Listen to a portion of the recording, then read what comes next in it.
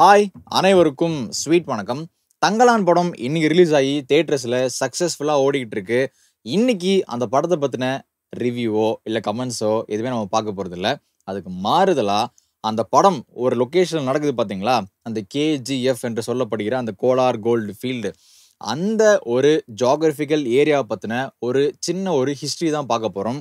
அந்த இடத்துல எந்த மக்கள்லாம் வாழ்ந்தாங்க, எப்படி அங்கே வந்தாங்க, முதல்ல தங்கலான்னு சொல்கிறாங்களே, தங்கலான்னா யார், அப்புறம் அந்த இடத்துல வந்துட்டு கோல்டு எடுக்கிறேன்னு சொல்கிறாங்க, எப்படி எடுத்தாங்க, எந்த மாதிரி அந்த மக்கள் வந்து வாழ்ந்துக்கிட்டு இருந்தாங்க, எந்த அளவுக்கு அங்கே எடுக்கப்பட்ட கோல்டு வந்து பிஸ்னஸ் செய்யப்பட்டுச்சு, அதுக்கப்புறம் யாரெல்லாம் வந்து அந்த இடம் வந்து கை மாறி எவன்ட்டுலாம் போச்சு, அதுக்கப்புறம் பிரிட்டிஷ்கார உள்ள வந்து எவ்வளோ கொடுமையெல்லாம் பண்ணா, அந்த இடத்துல என்ன மாதிரி கோயில்கள் இருந்துச்சு, யாரெல்லாம் அங்கே வந்துட்டு போனா, இந்த மாதிரி வந்து நிறைய கேள்விகளுக்கு ஆன்சர் இந்த வீடியோவில் பார்க்க போகிறோம். ஸோ இதெல்லாம் நீங்கள் தெரிஞ்சுக்கணும்னு ஆசைப்பட்டீங்க அப்படின்னா இந்த வீடியோவை ஃபர்தராக நீங்கள் வந்துட்டு வாட்ச் பண்ணுங்கள். இன்ஃபேக்ட் வந்து இந்தியாவுடைய மிகப்பெரிய ஒரு சொத்தாக கருதப்பட்டது தான் இந்த கோலார் கோல்டு ஃபீல்டு. நிறைய ஹிஸ்ட்ரி வந்து மறைக்கப்பட்டிருக்குன்னு தான் சொல்லலாம். ஸோ நான் அங்கங்கே பிராஞ்சு ஓரளவுக்கு வந்து சில இன்ஃபர்மேஷன் எடுத்து வச்சுருக்கேன். So finally Kolar Gold Field அதை பற்றின ஒரு சின்ன ஒரு ஹிஸ்ட்ரி தான் இந்த வீடியோ பார்க்க போகிறோம். பார்க்க ஆரம்பிச்சிடலாமா? ஸோ நம்ம ஃபஸ்ட்டு அந்த கோலார் கோல்டு ஃபீல்டு அந்த ஜியோகிராஃபி பற்றி சின்னதாக பார்த்துட்டு வந்துடலாமே. சும்மா ஒரு எக்ஸாம்பிள் நீங்கள் நினச்சி பாருங்களேன். நம்ம எதெல்லாம் வந்து ஃபீல்டு அப்படின்னு சொல்லிட்டு சொல்லுவோம். ஒரு அக்ரிகல்ச்சர் ஃபீல்டை வந்து ஃபீல்டுன்னு சொல்லுவோமா? ஒரு பேடி ஃபீல்டு, ஒரு வீட் ஃபீல்டு, ஒரு ரைஸ் ஃபீல்டு. ஸோ இந்த மாதிரி ஒரு பெரிய ஒரு ஸ்பேஸில் ஒரு அக்ரிகல்ச்சர் பண்ணி, ஃபார்மிங் பண்ணி, விவசாயம் பண்ணி, அதில் ஏதோ நம்ம வந்து அறுவடை பண்ணுறதுக்கு நம்ம பயிர் போட்டிருந்தோம் அப்படின்னா அதை வந்து ஒரு ஃபீல்டு, ஒரு வயல்னு சொல்லுவோம் இல்லைங்களா? அப்படி இருக்கும்போது யோசிச்சு பாருங்க, ஒரு இடத்த நம்ம வந்து தங்க வயல் அப்படின்னு சொல்கிறோம் அப்படின்னா, அப்போது அந்த இடத்துல எவ்வளோ கோல்டு இருந்திருக்கணும், எவ்வளோ கோல்டு ரிசர்வ் கொட்டி கிடந்திருக்குன்னு யோசிச்சு பாருங்களேன். இது இன்னும் எக்ஸாம்பிளாக சொல்லணும் அப்படின்னா, அந்த காலத்துலலாம் சும்மா வந்து பிஃபோர் சம் பயங்கரமான இயர்ஸுக்கு முன்னாடிலாம் இப்போ நீங்கள் வந்து கேஜிஎஃப்க்கு போகிறீங்கன்னு வச்சுக்கோங்களேன். அங்கே போயிட்டு அங்கே இருக்கிற மண்ணெல்லாம் இருக்கும் இல்லைங்களா, அதை எடுத்து நீங்கள் வந்து தண்ணியில் போட்டு சலவையெல்லாம் பண்ணி ஒரு மாதிரி ஃபில்டர்லாம் பண்ணோம் அப்படின்னா, அந்த மண்ணில் சும்மா இப்படி கேஷுவலாக எடுத்த மண்ணிலே வந்துட்டு நிறையா கோல்டு பார்ட்டிகிள்ஸை நீங்கள் வந்து பார்க்கலான்னு சொல்லிட்டு சொல்கிறாங்க. ஸோ அந்த அளவுக்கு கோல்டு பயங்கரமாக கொட்டி கிடந்த ஒரு இடம் தான் இந்த கோலார் கோல்டு ஃபீல்டு. ஓகேங்களா? ஸோ இதுதான் வந்து அந்த இடத்துக்கான ஒரு பெரிய பில்டப்பே. இன்னும் ஒரு சின்ன பில்டப் சொல்லணுன்னா, கிட்டத்தட்ட 1956 2001 வரைக்கும் இந்தியன் கவர்மெண்ட்டே அந்த இடத்த வந்து ஒரு மாதிரி கண்ட்ரோல் எடுத்துட்டு அவங்க கோல்டெலாம் வந்துட்டு எக்ஸ்போர்ட் பண்ணிட்டு இருந்தாங்க. ஸோ அப்படி இருக்கும்போது அந்த ஒரு குறிப்பிட்ட காலத்தில் மட்டுமே அரவுண்டு 900 டன்ஸ் ஆஃப் கோல்டு வந்து அங்கேருந்து எடுக்கப்பட்டிருக்கு. ஆக்சுவலாக இது அந்த ஸ்பேனில் மட்டும்தான். அதுக்கு முன்னாடி பல ஆயிரம் வருஷங்களாக அந்த இடம் வந்து ஆக்டிவாக தான் இருந்துச்சு. ஸோ யோசிச்சு பாருங்கள், அப்போ எவ்வளவு கோல்டு ரிசர்வ் அங்கே இருந்திருக்குன்னு சொல்லிட்டு. நிஜமாவே ஒரு பயங்கரமான ஒரு ட்ரெஷரபிளான ஒரு பிளேஸ் தான் அந்த பிளேஸ். ஃபைனுங்களா? ஓகே. இப்போது கொஞ்சம் காலத்துக்கு அப்புறம் தான் அந்த இடத்துக்கு வந்து கோலார் கோல்டு ஃபீல்டு அப்படின்ற பேர் வந்துச்சு. அதுக்கு முன்னாடி அந்த இடத்துக்கு வந்து குவலாலபுரம் அப்படின்னு சொல்லிட்டு சொல்கிறாங்க. ஸோ இந்த பேரில் தான் அந்த இடம் வந்து அழைக்கப்பட்டிருந்திருக்கு. ஸோ அதுக்கப்புறம் லேட்டரான் வந்துட்டு கை மாற புது ஆட்கள்லாம் உள்ளே வர அதுக்கு வந்து கோலார் தங்க வயல் அப்படின்னு சொல்லிட்டு ஒரு பேர் வந்து மாற்றப்பட்டிருக்கு. Fine, okay. இதுதான் அந்த இடத்த பற்றின சின்ன ஒரு ஜியோகிராஃபி. இப்போது அந்த இடத்துல யார் இருந்தா, யார் வாழ்ந்தா, அவங்களோட லைஃப் எப்படி இருந்துச்சுன்றதை பற்றி ஷார்ட்டாக பார்க்கலாமே. ஸோ இப்போ அந்த கோலார் தங்க வயலில் வந்து மெயினாக எந்த குடிகள், எந்த மக்கள் வாழ்ந்துட்டு இருந்தாங்கன்னா, பறையர் இனத்தை சேர்ந்த அரிப்பறையர்கள் அப்படின்னு சொல்லிட்டு சொல்கிறாங்க. ஸோ அவங்க தான் அந்த இடத்துல மெயினாக வாழ்ந்துக்கிட்டு இருந்திருக்கிறாங்க. அவங்களோட மெயின் பிஸ்னஸாகவே ஒரு காலகட்டத்தில் வந்து இதுதான் வந்து இருந்திருக்கு. என்ன பிஸ்னஸ்னால், இந்த கோல்டை அந்த இடத்துல இருந்து எடுத்து அதை வந்து ஒரு ப்ராசஸ் மூலமாக அது ஏதோ சொல்கிறாங்க, மெர்க்குரி கூட வந்து அதை சேர்த்து வச்சு அதுக்கப்புறம் வேற ஒரு ப்ராசஸ் மூலமாக வந்துட்டு எடுக்கும்போது மெர்க்குரி தனியாகவும் இந்த இந்த கோல்டு தனியாக வந்துடும். அதுக்கப்புறம் அது கூட சில காப்பர்லாம் சேர்த்து அதை வந்து பிஸ்னஸ் பண்ணாங்கன்னு சொல்லிட்டு சொல்கிறாங்க. ஸோ இந்த ஒரு வாழ்க்கை முறையில் தான் வந்து அங்கேருந்து மக்கள் வந்து வாழ்ந்துருந்துருக்காங்க. அவங்க தான் வந்து அரிப்பறையர்கள்னு சொல்கிறாங்க. இவங்க எந்த அளவுக்கு எக்ஸ்ட்ரீம்னு சொல்கிறது, எந்த அளவுக்கு ரீச்சபிளாக போயிருக்காங்கன்னா, அந்த சிந்து சமவெளி அந்த நாகரிகம், இந்த ஹரப்பா மொஹஞ்சதாரோ சொல்லுவோம் இல்லைங்க பார்த்தீங்களா, இண்டஸ் வேலி சிவிலைசேஷன். ஸோ கிட்டத்தட்ட அந்த காலத்திலேயே இங்கேருந்து எடுக்கப்பட்ட கோல்டு அந்த இடத்துலலாம் வந்துட்டு சில பல அந்த ரிமைன்ஸ்லாம் எடுத்து பயன்படுத்திருப்பாங்களா ஆர்கியாலஜிக்கல் அந்த இதில். ஸோ அப்படி பார்க்கும்போது இங்கேருந்து எடுத்த கோல்டுக்கும் இந்த கோலார் கேஜிஎஃப்ல இருந்த கோல்டுக்கும் வந்து நிறைய ஒற்றுமைகள் இருந்தது. ஆல்மோஸ்ட் சிமிலர் தான் சொல்கிறாங்க. அப்படி இருக்கும்போது அப்போ இங்கேருந்து அவ்வளோ தூரம் நார்த்தெல்லாம் தாண்டி வந்து அந்த கோல்டு எக்ஸ்போர்ட்ன்றது போயிட்டு வந்திருக்குன்றதுக்கு ஒரு லிவிங் ப்ரூஃபாகவே வந்து அது இருக்குது. இதெல்லாம் ஒரு சைடு இருக்கிற இந்த பக்கம் வந்து பார்த்தீங்கன்னா, இப்போ நம்ம அந்த தங்கலான் அப்படின்ற மேட்டருக்கு வருவோம். ஸோ என்ன தங்கலான், ஏன் தங்கலான்னு சொல்கிறாங்க, யார் தங்கலான் அப்படின்னு கேட்டிங்கன்னா, தங்கலான் அப்படின்னு சொல்லப்படுறவங்களும் வந்து ஒரு செட் ஆஃப் பறையர்களோட அந்த ஒரு ஒரு ஒரு பிரிவினை, ஒரு தனி ஒரு சப் குரூப்னு சொல்கிறாங்க. அவங்க எப்பிட்றா வந்து அங்க வந்தாங்கன்னு கேட்கும்போது, இதுக்கு நெறைய விளக்கங்கள் நான் வந்து பார்த்தேன். பட் அதுல நான் பார்த்ததுல ஒண்ணு சொல்றேன். அது என்ன சொல்றாங்கன்னா, பிரிட்டிஷ்காரங்கலாம் ஒரு காலகட்டத்தில அந்த இடத்துக்கு வந்திருக்காங்க. ஸோ அவங்க வந்தப்போ, அதுவரைக்குமே அந்த ஸ்பேஸ்ல எப்படி போயிட்டு இருந்திருக்குன்னா, இந்த அரிப்பறைகள் நான் சொன்னேன் பார்த்தீங்களா? அவங்க கிட்ட கோல்டு வந்து அபண்டன்ஸா இருக்கு அவங்க இடத்துல. ஸோ அவங்க என்ன பண்ணுவாங்க, இந்த பண்டமாற்று முறை மூலமாக அவங்கள்ட்ட இருக்கிற கோல்ட அந்த பக்கம் குடுத்துட்டு, அவங்களுக்கு என்னலாம் தேவையோ, மிளகு, சாப்பாடு, அரிசி இந்த மாரி விஷயங்கள்லாம் அவங்களுக்கு தேவை இருக்கும் இல்லைங்களா? ஸோ அவங்கள்ட்ட இருக்கிற கோல்டு குடுத்துட்டு, அந்த பக்கம் ஆப்போசிட்லேருந்து அந்த விஷயங்கள்லாம் அவங்க வாங்கி யூஸ் பண்ணிட்டு ஒரு நல்ல ஒரு விஷயமா போயிட்டு இருந்திருக்கு. அப்படி போயிட்டு இருந்ததுக்கப்புறம் கொஞ்சம் கொஞ்சமா அந்த அந்த அந்த ஏரியாவே பார்த்தீங்கன்னா, கைமாறி கடைசியா முகல்ஸ் கிட்ட இருந்து பிரிட்டிஷ் கிட்ட அந்த இடம் வந்து வருது. அது வந்ததுக்கப்புறம் தான் பிரிட்டிஷ்காரன் உள்ள வந்தா சும்மா விடுவானா?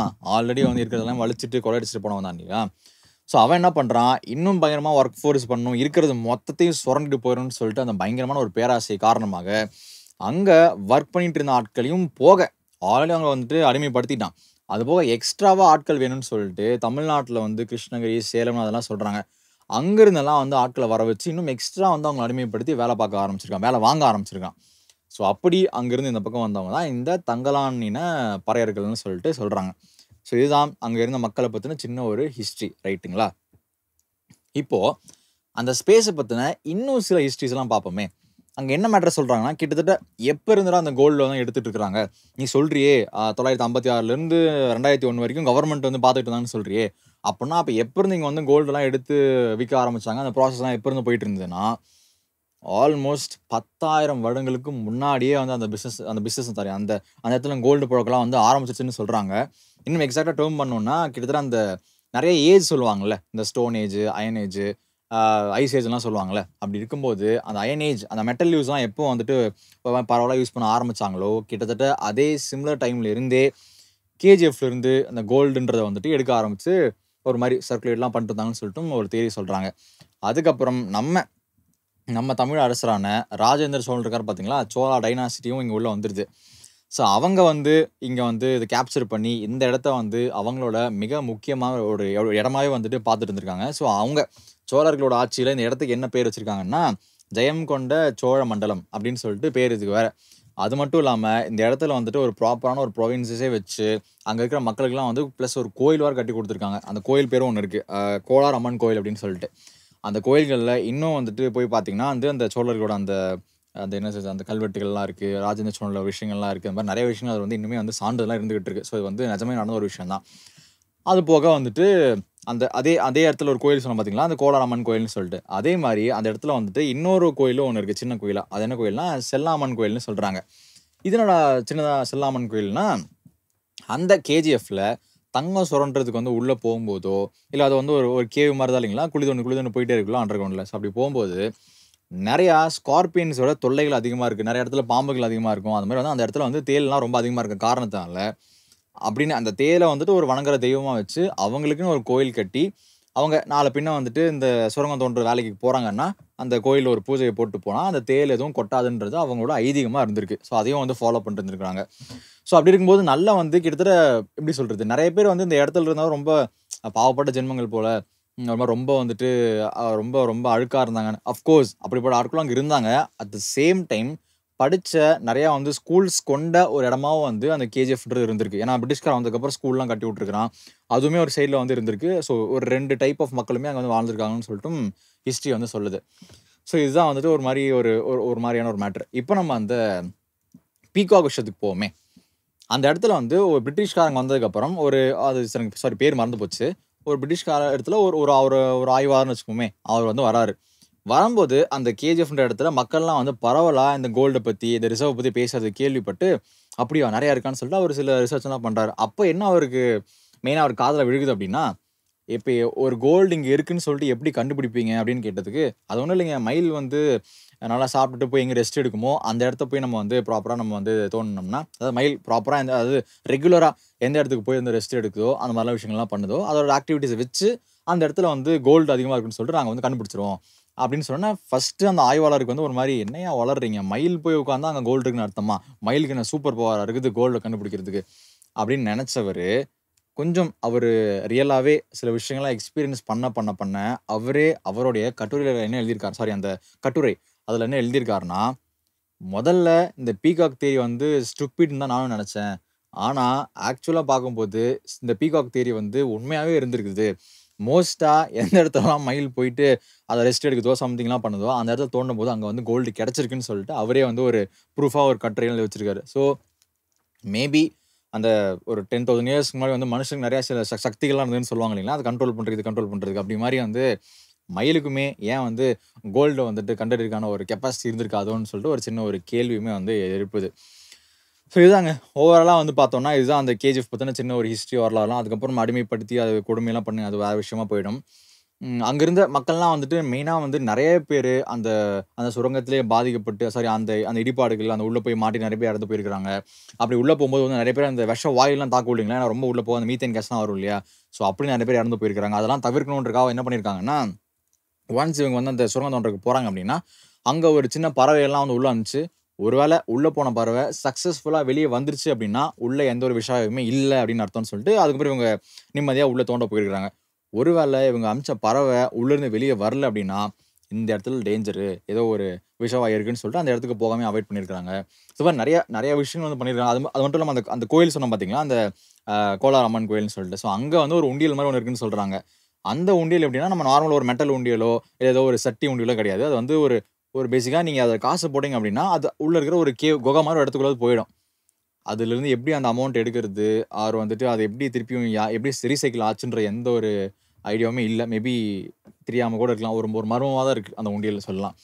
ஸோ இந்த மாதிரி நல்ல ஒரு நாகரிகமாகவே வந்து மக்கள் அங்கே வாழ்ந்துருக்குறாங்க. அதுக்கப்புறம் பிரிட்டிஷ்காரன் வந்து பயங்கரமாக சித்திரவதை பண்ணி அதெல்லாம் ஒரு மாதிரி கஷ்ட காலங்கள்லாம் வந்து அவங்க ஃபேஸ் பண்ணியிருக்கிறாங்க. இதெல்லாம் முடிஞ்சதுக்கப்புறம் தான் ஃபைனலாக 1956 காலகட்டத்தில் கவர்மெண்ட் அந்த இடத்த டேக் ஓவர் பண்ணி அவங்க பராமரிப்பு பண்ணி ஒரு 2001 வரைக்கும் நடத்தியிருக்கிறாங்க. ஸோ அதுக்கப்புறம் தான் வந்து சின்ஸ் அங்கே இருக்கிற எக்கோசிஸ்டம் பாதிக்கப்படுது, நிறையா தண்ணியெல்லாம் வந்து மாசுபடுது, பொல்யூஷன்லாம் ஆகுதுன்னு சொல்லிட்டு அந்த இடத்த மூடுறாங்க. கூடுதலாக என்ன சொல்கிறாங்கன்னு பார்த்தீங்கன்னா, அந்த இடத்துல கோல்டு இருக்குது பார்த்தீங்களா, அதை எடுக்கிற செலவே ரொம்ப ஜாஸ்தியாகுது. ஏன்னா ரொம்ப தோண்டியாச்சு. தோண்டி அவ்வளோ வருஷமாக 10,000 வருஷமாக தோண்டியாச்சு இல்லையா, ஸோ அப்படிங்கும்போது ரொம்ப செலவாகுதுன்னு சொல்லிட்டு அந்த ப்ராஜெக்ட் வந்து அப்படியே கை விட்டாங்க. இன்றைக்கி நீங்கள் போனீங்கன்னா கோலார் தங்கவயல் வந்து ஒரு மாதிரி மூடப்பட்ட நிலைமையில் ஒரு மாதிரி ஒரு வரக்காடு மாதிரி தான் இருக்கும் பாறைகளோட. ஸோ இதுதான் வந்து இந்த கோலார் கோல்டு ஃபீல்ட் பற்றின சின்ன ஒரு ஹிஸ்ட்ரி. சின்னதுன்னு சொல்லிட்டு பெருசாக பேசிட்டணும். சரி, ஓகே, அவ்வளோதான். That's it for today. மீண்டும் உங்களை நாளை மற்றும் ஒரு வீடியோவில் சந்திக்கிறேன். Thank you, bye bye.